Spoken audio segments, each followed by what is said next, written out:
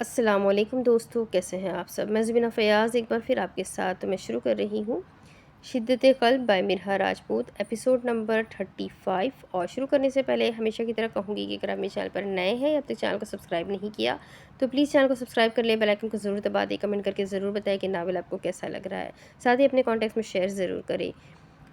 تو چلیں ہم اس ناول کو اب آگے سٹارٹ کرتے ہیں۔ نازلی، تم یہاں اس وقت؟ خزاں نے مسلسل پٹختا دروازہ کھولا تو نازلی کو سامنے ہی کھڑا پایا، جو دھڑلے سے اندر آتی اس کے بیڈ کے نزدیک جاتی نیم دراز ہونے لگی۔ لیکن اس کارروائی سے پہلے ہی خزاں نے اس کا بازو کھینچا تو نازلی اس کے چوڑے سینے کے ساتھ آ ٹکرائی۔ تم یہاں کیوں آئی ہو؟ کیا میں اپنے ہونے والے شوہر سے ملنے نہیں آ سکتی؟ نازلی نے اپنے بازو آزاد کرتے آئی برو چکائے، جس پر خزاں اسے دروازے کے قریب لے آیا۔ نہیں مل سکتی تم، چلو نکلو یہاں سے۔ کیا تم جانتی نہیں ہو کہ جب شادی کے دن قریب ہو تو دلہن شادی سے پہلے اپنے دلہے سے نہیں ملتی؟ اور ویسے بھی کل ہمارا اپٹن ہے۔ فوزان نے باور کروایا۔ اپٹن انہوں نے 3 دن پہلے رکھا تھا، پھر 2 دن بعد مایو تھا، پھر 1 دن کے سٹے پر بارات اور رخصتی اور ولیمہ نہ جانے کب تھا۔ او ہو فوزان، یہ پاکستانی ویڈنگ تھوڑی نہ ہے جو شادی سے پہلے اتنے رولز فالو کرنے پڑیں گے۔ یہ رشیا ہے، یہاں کوئی پابندی نہیں ہے، میں چاہوں تو آپ سے آدھی رات کو بھی ملنے آ سکتی ہوں۔ نازلی اپنی ہی دھن میں بولتی چلی گئی۔ اس کا موڈ فریش تھا کیونکہ آج شام کو ہی وہ ڈیزائنر کے پاس گئی تھی اور فائنلی اسے لہنگا بھی پسند آ گیا تھا۔ او پلیز نازلی، آدھی رات کو ملنے مت آ جانا ورنہ پیلس والے کیا سمجھیں گے، یہی کہ دلہا کتنا اتاولا ہے۔ نازلی نے اس کی ادھوری بات مکمل کی اور خود پلٹ کر دروازہ بند کرتی ٹیک لگا گئی۔ بالکل نازلی، کیا تم چاہتی ہو شادی سے پہلے ہی میرا امیج خراب ہو جائے؟ خزان نے اسے گھورا۔ بھلا میں کیوں ایسا چاہوں گی؟ بلکہ میں تو یہ پوچھنے آئی تھی کہ رخصتی کے بعد میں آپ کے روم میں شفٹ ہوں گی کہ آپ میرے روم میں شفٹ ہوں گے؟ نازلی اپنے مفلر کو انگلیوں میں گھماتے بولی تو اس کی بات پر بے اختیاری خزان کے ہونٹوں پر ہلکی سی مسکراہٹ آئی۔ نہ تم میرے کمرے میں شفٹ ہوگی نہ میں تمہارے میں۔ پھر کیا ہم ٹیرس پر رہیں گے؟ ہم پاکستان چلیں گے؟ خزان نے گویا اس پر دھماکہ کیا۔ نازلی نے حیرت انگیز انداز میں اسے دیکھا۔ کیا پاکستان؟ ہاں پاکستان، میں اپنی دلہن کو رخصت کر کے پاکستان لے کر جاؤں گا۔ خزاں نے ایک ہاتھ اس کے اطراف پر رکھتا دوسرے ہاتھ سے اس کا گال سہلانے لگا۔ لیکن کیسے؟ آپ نے تو بابا کو بولا تھا کہ آپ کا کوئی نہیں ہے، پھر وہ آپ کو پاکستان کیسے جانے دیں گے؟ ہر موڑ پر مسئلے پہلے سے ہی تیار کھڑے ہوتے تھے، اس کا حل بھی ہے میرے پاس، بس تم پاکستان جانے کی تیاریاں کرو۔ ان کی فلائٹ آج شام کی تھی۔ سفر خاموشی میں گزرا تھا۔ ایلف کی خاموشی زاران سمجھ نہ سکا اور ایلف نے بھی کچھ بولنے کی زحمت نہ کی۔ پھر کچھ ہی گھنٹوں میں وہ ملیشیا سے رشیا لینڈ ہو گئے۔ نشا اور زوہا کی فلائٹ ان کے ساتھ تھی، وہ اپنے راستے ہو گئی اور زاران اور ایلف اپنے راستے ہو گئے۔ ایلف نے پیلس میں کسی کو آنے کی اطلاع نہیں دی تھی، اس لیے ایئرپورٹ سے باہر نکل کر انہیں کیب خود ہی بک کرنی پڑی تھی۔ سارے بیگز کیری کیے زہران اس کے ہم قدم چل رہا تھا اور وہ مغرور لڑکی گردن تانے، چہرے پر سنجیدہ تاثرات لیے، ہاتھ میں ہینڈ بیگ پکڑے بغیر، زہران کی طرف دیکھے بغیر بس چلتی ہی چلی جا رہی تھی۔ زہرا نے موبائل پکڑا اور کیب بک کی، پھر وہ تقریباً 2 منٹ وہاں پر ٹھہرے کیب کے انتظار میں۔ انتظار طویل نہیں تھا، جلد ہی کیب آ گئی تو ایلف تیزی سے قدم اٹھانے لگی اور اس دوران ہی اجرت پن میں بری طرح سے اس کا پاؤں مڑا، ہیل ٹیڑھی ہوئی اور خود وہ دوسری سمت ترچھی ہو کر گرتی، لیکن اس سے پہلے ہی زاران نے جھٹ سے اسے سنبھالا۔ اور اب منظر کچھ یوں تھا کہ ایلف اس کی باہوں میں تھی اور ہینڈ کیری فرش پر گر چکے تھے۔ سرمئی نگاہیں گرینش نگاہوں سے ٹکرائی، فقط 1 سیکنڈ کے لیے لمحے تھمے، وقت رکا، پھر جلد ہی ہر چیز متغیر ہو گئی۔ ایلف اس کی باہوں سے نکل گئی۔ زہران نے جھک کر ہینڈ کیری بیگز اٹھا لیے۔ بے ساختہ ہی ایلف نے 1 قدم اٹھایا۔ اف، اب کیا ہو گیا؟ اوہ میری ہیلز کو بھی ابھی ٹوٹنا تھا کیا؟ وہ بڑبڑائی، پھر جھنجھلائی۔ دفعتاً زاران اس کے نزدیک آیا، یکایک اس نے ایک نظر ہینڈ کیریز پر ڈالی جسے شاپر چڑھا کر ٹیپ لگائی گئی تھی۔ اف، وہ بیگ سے اپنی سینڈل بھی نہیں نکال سکتی، اب میں کیسے چلوں گی؟ اس نے اپنی ہیلز والا پیر اوپر اٹھایا جبکہ ہیل وہاں نیچے ہی رہ گئی۔ اس کی انا کو گوارا نہیں تھا کہ وہ ایک ہیل کے بغیر لنگڑا کر چلے۔ وہ اب کیا کرے؟ آپ میرے جوگرز پہن لیں۔ دیکھتے ہی دیکھتے زاران نے اپنے پیر جوگر سے آزاد کیے۔ ناگہاں ایلف نے اسے گھورا۔ اب کیا وہ اس کے جوگرز پہنے گی؟ نہیں، اس کی ضرورت نہیں ہے۔ کھڑی ناک سے ہی اس نے انکار کیا۔ وہ مان کیوں نہیں لیتی کہ وہ اب اس کا نوکر نہیں بلکہ اس کا شوہر ہے؟ پھر اتنا غرور کیوں؟ اس کی ضرورت ہے ایلف، آپ یہ پہن لیں۔ زاران نے جوگرز پیروں سے ہی تھوڑے اس کے آگے کھسکائے، لیکن ایلف یک ٹک اسے دیکھے گئی۔ ایلف نہیں میڈم، وہ اوہ، اس نے ایبرو اچکاتے تصحیح کر دی۔ اف، کیا بنے گا زاران کا؟ وہ کیسے اپنی مغرور بیوی کا دل جیتے گا؟ جی ایلف میڈم۔ ایلف میڈم نہیں، فقط میڈم۔ جی میڈم، میں سمجھ گیا۔ دبتن زاران نے اپنے سر کو خم کیا۔ ایک ایلف نے ہنکارا بھرا۔ خاندانی غرور تھا، اتنی جلدی اپنا اثر نہیں چھوڑے گا۔ یہاں بیٹھے آپ۔ زاران نے ہینڈ کیری کی اور اشارہ کیا تو ایلف بغیر چوچرا کیے وہاں آ بیٹھی۔ دبتن وہ جھکا اور گھٹنوں کے بل اس کے روبرو جھک گیا۔ پھر اگلے ہی پل اس نے ایلف کے پیروں سے سینڈل آزاد کی۔ اس دوران ہی زاران کی مخروطی انگلیاں ایلف کے ملائمی پیروں کو چھونے لگیں۔ اس ایک لمحے میں دونوں کی دھڑکنیں منتشر ہوئی۔ پھر اگلے ہی پل زاران نے نرمی سے اپنے جاگرز اس کے پیروں میں پہنائے اور اب وہ لیسز باندھنے لگا۔ اس ساری کارروائی میں ایلف بنا پل کے جھپکائے اسے دیکھے گئی۔ وہ کیسے پیشانی پر کوئی بھی شکن لیے بغیر اس کے قدموں میں جھک جاتا تھا۔ چلیں، اب کیب آ چکی ہے۔ اٹھ کھڑا ہوا۔ ایلف نے ایک نظر اس کے پیروں پر ڈالی۔ وہ کیسے چلے گا اب؟ کیا بغیر جوتوں کے؟ رکو، تم کیا بغیر جوتوں کے گھر جاؤ گے؟ ایلف اٹھ کر اس کے قریب جانے لگی تو زاران نے جلدی سے بیگز ڈگی میں رکھے۔ جی میں چلا جاؤں گا، کوئی مسئلہ نہیں۔ لیکن ایلف نے دیکھا وہ اب گاڑی کا دروازہ کھولے اس سے بیٹھنے کا کہہ رہا تھا۔ میری خیر ہے، میں بغیر جوتوں کے بھی چل لوں گا، بس آپ کے آرام میں کوئی خلل نہیں آنا چاہیے۔ زاران کے الفاظ اس کے دل پر لگے تھے۔ بے ساختہ اس کے دل کے ایک کونے میں زاران کے لیے نرم گوشہ بیدار ہوا تھا۔ وہ بیٹھی دفعہ دوسری سمت زاران بیٹھا اور دروازہ بند ہو گیا۔ پھر ایلف کی اونچی ہیلز پیچھے ہی رہ گئی۔ گاڑی اپنی شاہراہ کی اور بڑھ گئی۔ کہانی کا ایک اور حصہ تمام ہوا۔ اے جے گھر نہیں آیا تھا، وہ سڑکوں کے چکر کاٹ رہا تھا، لیکن اینا پیلس آ گئی تھی، نہ جانے کیسے۔ کاش کہ وہ اس پیلس کی شہزادی ہوتی تو آج اس کے ساتھ یوں نہ ہوتا۔